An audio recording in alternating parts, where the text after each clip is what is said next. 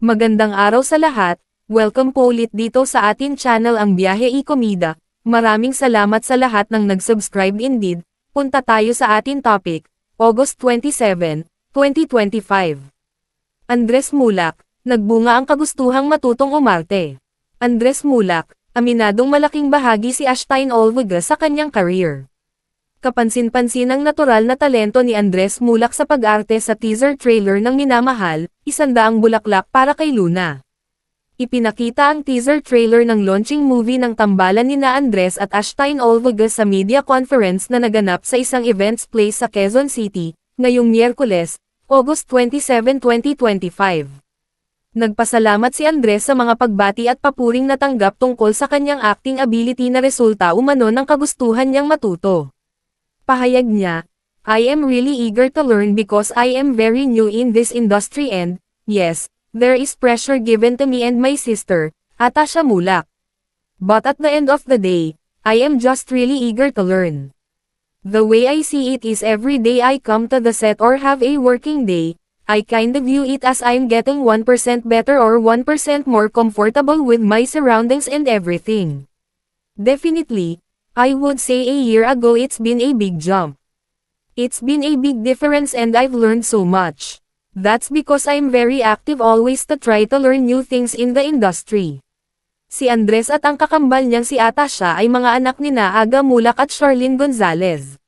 Kinilala rin ni Andres ang kontribusyon ng kanyang minamahal na leading lady na si Ashtain Olvega sa kanyang career. Saad niya, "Where Ashtain comes in the picture naman is, she's definitely a big factor in my journey as well because she allows me to be more comfortable at times. There were times I would do certain events or something solo, but I know in some cases I'm with Ash, I feel a lot more relaxed. So she definitely has a factor there." Unang pelikula ni Andres ang Minamahal. Hindi niya ipinagkaila ang nararamdamang pressure, pero mas nangingibabaw raw ang excitement sa kanya. Ito ay dahil bata pa lang, pangarap na raw niyang maging artista tulad ng kanyang mga magulang. "First movie ko ito, may pressure talaga dahil first naman," pag-amin ni Andres. "Pero sa tingin ko, mas na-excite ako kasi this is my first film and acting project. Kahit noon pa naman noong bata pa ako, I always dreamed na one day, I'd be on the silver screen and jumping from teleserye, from series, ang mutya ng Section E, to now the silver screen, I can say that I'm in the middle of one of my dreams. So for me, parang it's much more of excitement than pressure. But the pressure is definitely there. Importante din yung pressure if you want to do a good job and produce good work, you need the pressure din." Pinatotohanan ng direktor ng Minamahal na si Jason Paul Laksamana ang husay ni Andres sa pag-arte dahil sa isang eksena sa pelikulang magbubukas sa mga sinehan sa September 24, 2025. "To be honest, na-surprise ako kay Andres kasi I had this thinking, may assumption ako na hindi siya nakakaiyak.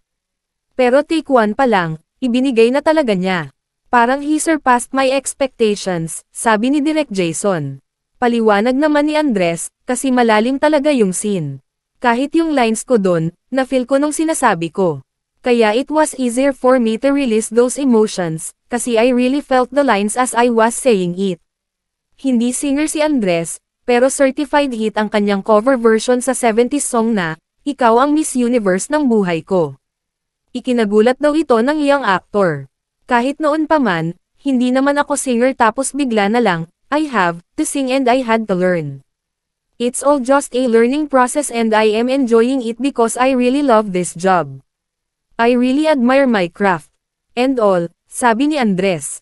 Panoorin ang video teaser, i-click ang link sa description box.